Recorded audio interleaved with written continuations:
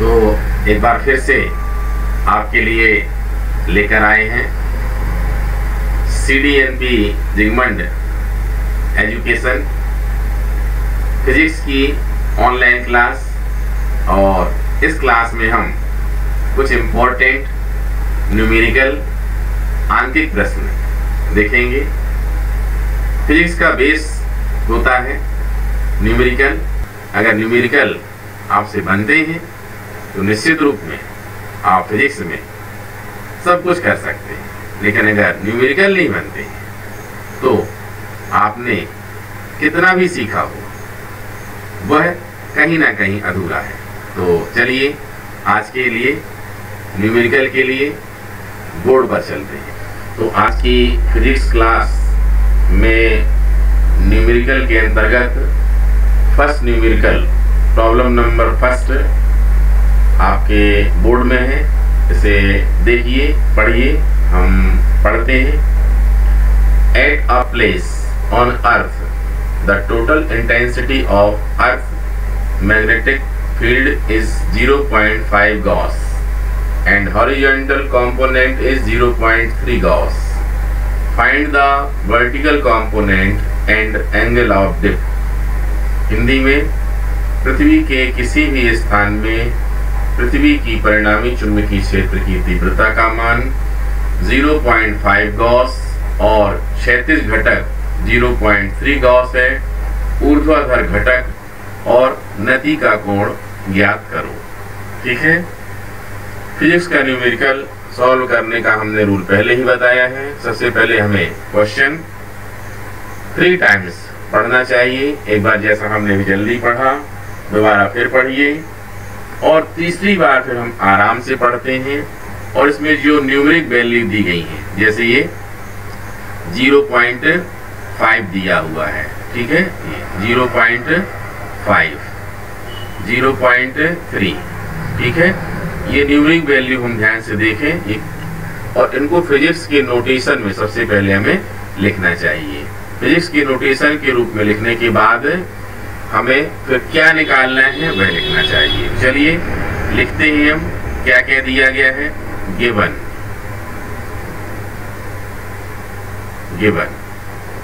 दिया गया है, हिंदी में दिया है। क्या क्या दिया है?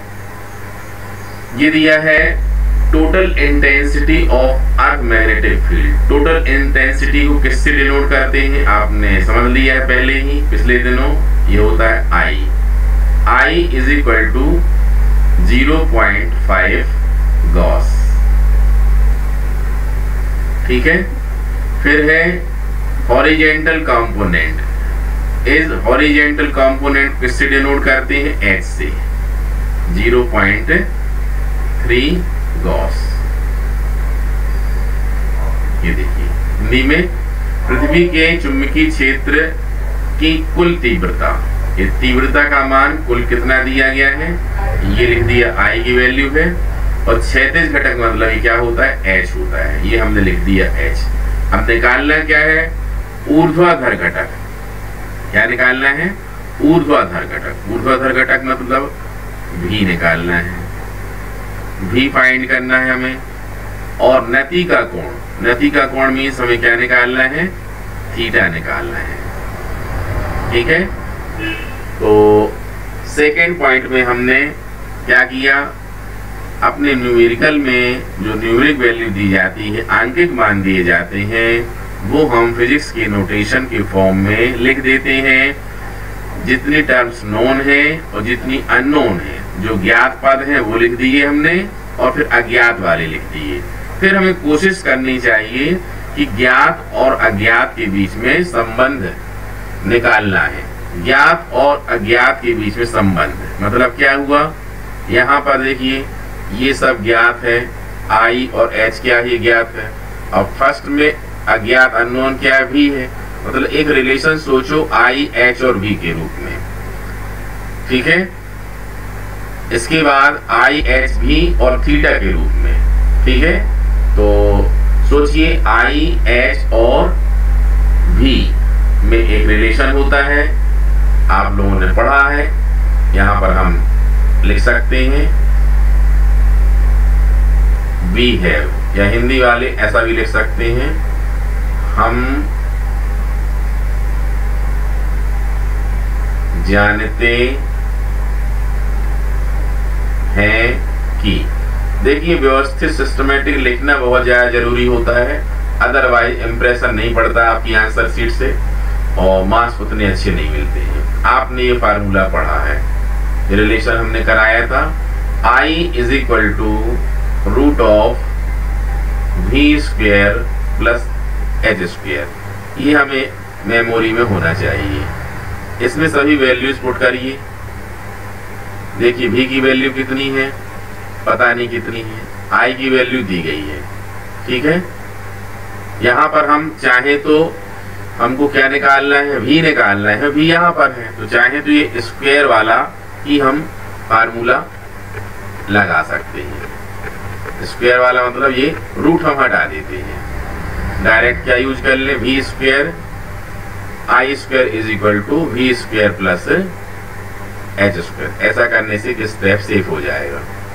अब लगाइए आई स्क्वायर मतलब आई की वैल्यू कितनी है, 0.5 का whole square, square of 0.5, V square पता नहीं है, अननोन है, निकालना है, प्लस एच कितना है 0.3, ये लिखा हमने 0.3 और इसका होल स्क्वायर, ठीक है।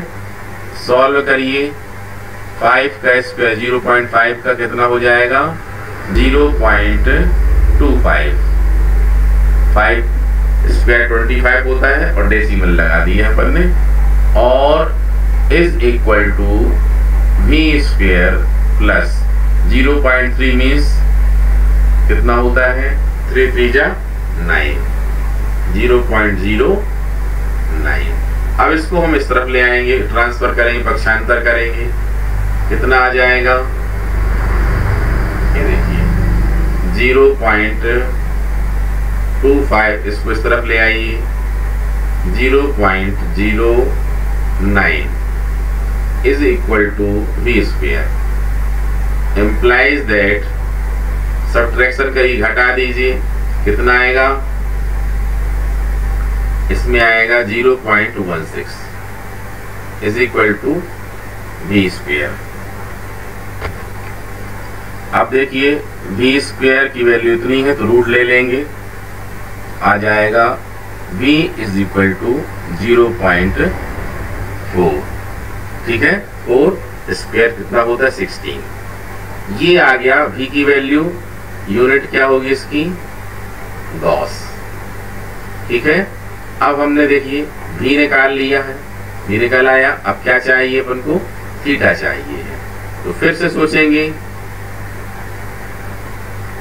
आल्सो हमें पता है क्या पढ़ा है, tan theta, tan theta is equal to v upon h, ठीक है। tan थीटा v की वैल्यू कितनी है 0.4 अपॉन h की वैल्यू कितनी है, देखिए 0.3, ठीक है, 0.3।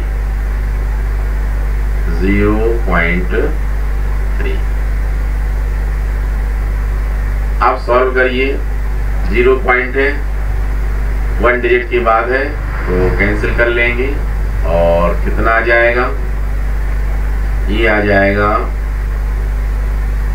tan theta is equal to 4/3, या theta is equal to tan inverse 4/3, ठीक है। अगर आप बोर्ड एग्जाम में लिख रहे हैं तो लास्ट में एक बार आंसर जरूर लिखिए, यहाँ पर आंसर, ठीक है, मतलब क्वेश्चन जो पूछा गया था उसका आंसर हमें लिखना चाहिए। v की वैल्यू कितनी आई है 0.4 गॉस आई है और थीटा की वैल्यू कितनी आई है, थीटा की वैल्यू आई है tan इनवर्स 4/3। ठीक है, इस प्रकार से ये न्यूमेरिकल सॉल्व हुआ। बहुत आसान न्यूमेरिकल है और लेकिन एग्जाम में आता है, आपने बिल्कुल नहीं किया है अगर तो कुछ नहीं बनता है। और यही 12th क्लास की बात करें, बोर्ड में एमपी बोर्ड में 4 मार्क्स 5 मार्क्स तक का आ सकता है ये। बाकी प्रैक्टिस अगर हो जाए तो बहुत जल्दी कर सकते हैं और एमसीक्यू मल्टीपल चॉइस क्वेश्चन में भी ये दिया जा सकता है। अब एक प्रॉब्लम और देखते हैं, एक न्यूमेरिकल और देखेंगे। ठीक है, ये देखिए ये वाला हो गया, आप लोग इसको वीडियो को पॉज करके नोट कर लेना। ठीक है, अब हम फिर से चलते हैं एक और प्रॉब्लम में। एक नया क्वेश्चन है सामने, देखिए। At any place on the earth surface the ratio of horizontal component and resultant intensity is 1/√2। What will be the angle of dip at that place. ठीक है, एट दैट प्लेस। हिंदी में पृथ्वी के किसी स्थान में पृथ्वी के चुंबकीय क्षेत्र के क्षैतिज घटक और परिणामी तीव्रता का अनुपात 1/√2 है। उस स्थान में नदी का कोण कितना होगा। ठीक है, ये देख लो, थोड़ा सा हमको टाइम लगता है।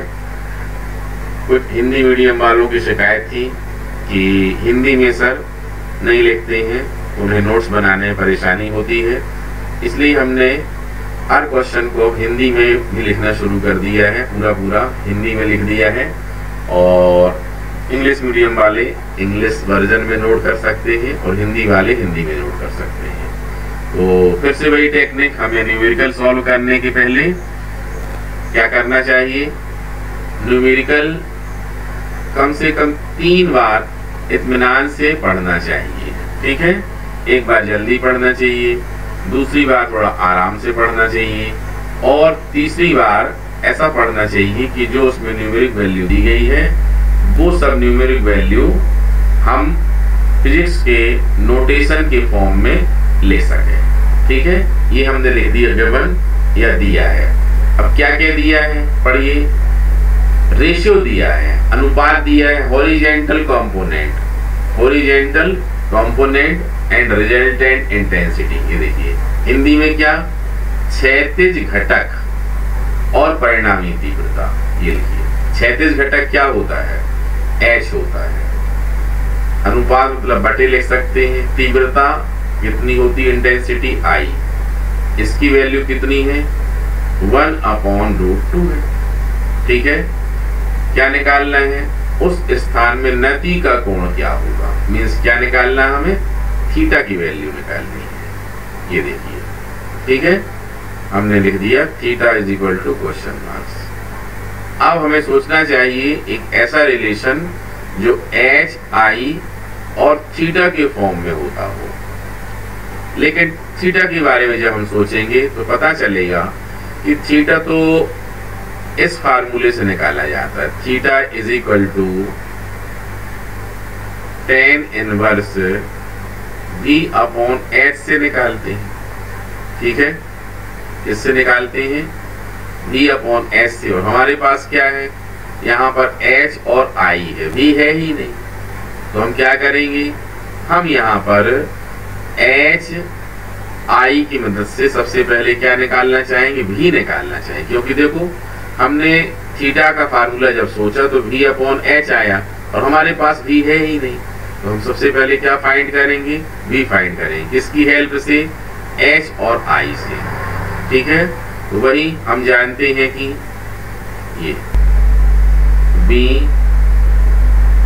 हैव, या हिंदी में हम लिख सकते हैं हम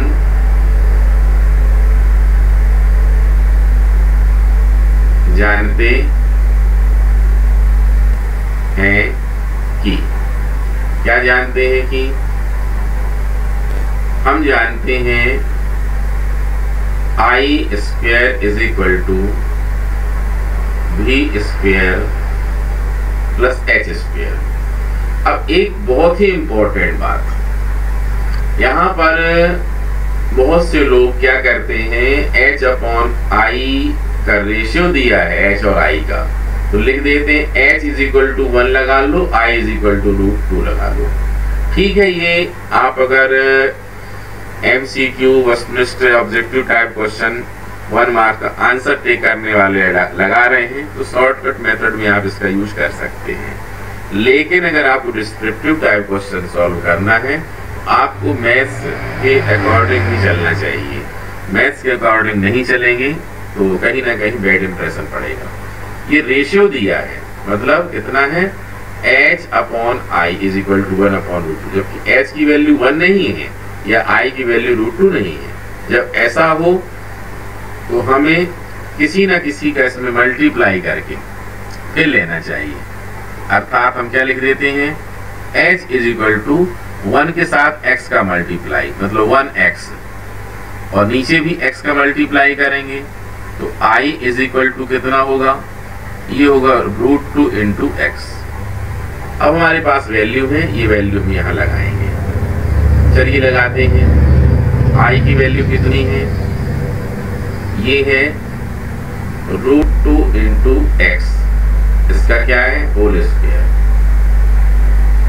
फिर v स्क्वायर कितना है पता नहीं है, ये निकालना है, प्लस h स्क्वायर कितना है, ये लिखा हुआ x लिखा है, मतलब क्या हो जाएगा, x का होल स्क्वायर। इम्प्लाइज दैट यहाँ पर स्क्वायर करेंगे, √2 का स्क्वायर कितना हो जाएगा, 2, x का स्क्वायर ये देखिए इज इक्वल टू कितना होगा, बोलो, v स्क्वायर प्लस कितना, x स्क्वायर। आगे बढ़ेंगे, ये देखिए ट्रांसफर करिए, पक्षांतर करिए, इस तरफ ले आएंगे, 2x square minus x square तो कितना बचेगा, 2 में से 1 गया तो x स्क्वायर बचेगा, इज इक्वल टू कितना आ गया, बोलो, v स्क्वायर। तो v square is equal to x square, then v is equal to क्या लिख सकते हैं, x लिख सकते हैं।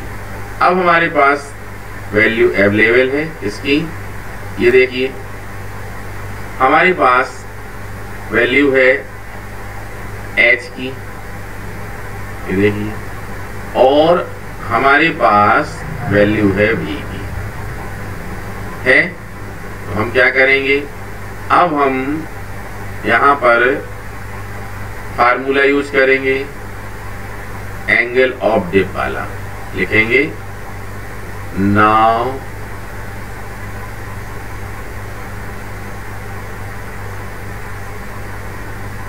एंगल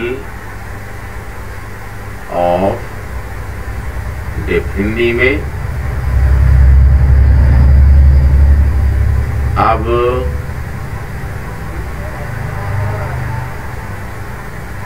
नती का कोण थीटा is equal to tan inverse v upon h। अब वैल्यू लगाइए, थीटा is equal to tan inverse v की वैल्यू कितनी निकली है, बोलो, x, ठीक है, और h की वैल्यू कितनी थी, देखिए x ही थी, वो लगा देते हैं, कितनी आई यहाँ, x, x से x क्या हो जाएगा, कैंसिल हो जाएगा, tan इनवर्स कितना आएगा, बोलिए, 1 आएगा। अब 1 कितने tan की वैल्यू होती है, tan 45 की होती है। tan inverse tan 45 pi by 4 भी बोल सकते हैं। देखिए tan इनवर्स और tan रिमूव हो जाएंगे, थीटा कितना आएगा, 45 डिग्री, ठीक है। इस प्रकार से यहाँ पर ये थीटा की वैल्यू निकल आई है, यही हमारा आंसर है, यही पूछा गया था, ठीक है, यहाँ लिख दिया हमने आंसर। ठीक है। तो इस प्रकार से हमने 2 न्यूमेरिकल्स समझाए। ये देखिए, आप लोग वीडियो को पॉज करके और आराम से इसको पूरा नोट करें और अपनी टेक्स्ट बुक निकालें, उसमें से सिमिलर न्यूमेरिकल्स सॉल्व करें और ऐसे ऐसे जितने ज़्यादा न्यूमेरिकल सॉल्व करने की कोशिश करेंगे उतनी ही पकड़ आपकी फिजिक्स में अच्छी बनेगी। ये देखिए, ये फर्स्ट वाला था, इसको भी हम रिप्ले कर देते हैं पूरा और आप लोग इसको वीडियो को पॉज करके नोट कर लेंगे। तो आज के लिए इतना ही। उम्मीद है आपको आज का टॉपिक बहुत अच्छे से समझ में आया होगा और इसको पूरा पढ़िए, वीडियो को बार बार रिवाइंड करिए और लिख करके देखिए। तब तक लिख करके देखिए जब तक कि आपसे वो अच्छे से ना बनने लगे। अपना ध्यान रखिए। Take care.